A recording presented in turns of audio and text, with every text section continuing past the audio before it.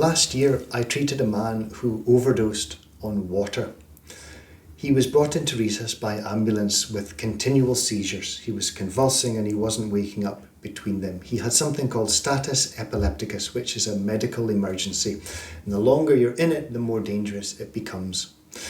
So we managed his airway, we gave him some medications. We stopped the seizures, but he wasn't waking up.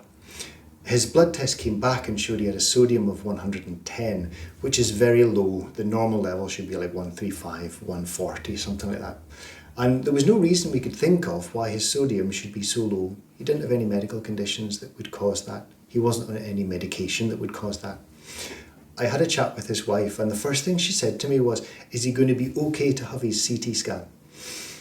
And I said, "Well, probably not. What's the scan for?" And she said the GP had referred him and he'd been waiting for months. It was to investigate some tummy pain he'd been having.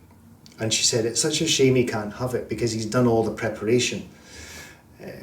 And I said, "What preparation has he done for a CT scan?" And she said, "Well, the doctor said he should drink as much as possible before the scan." So he'd got up that morning and he'd just been downing water, like bottle after bottle of water, and he'd probably had litres of the stuff. So that's a problem, because if you drink more water than your kidneys can filter, then you dilute the sodium in your blood, and that causes osmotic changes that makes your cells swell.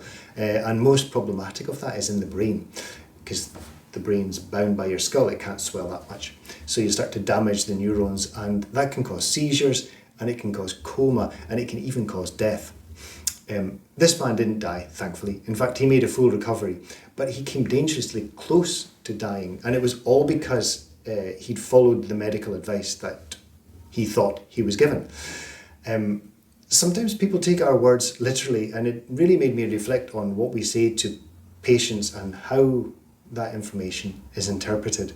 Sometimes the gap between what a doctor means and what a patient thinks can be bigger than we imagine. And yes, it is possible to overdose on water. You can have too much of a good thing.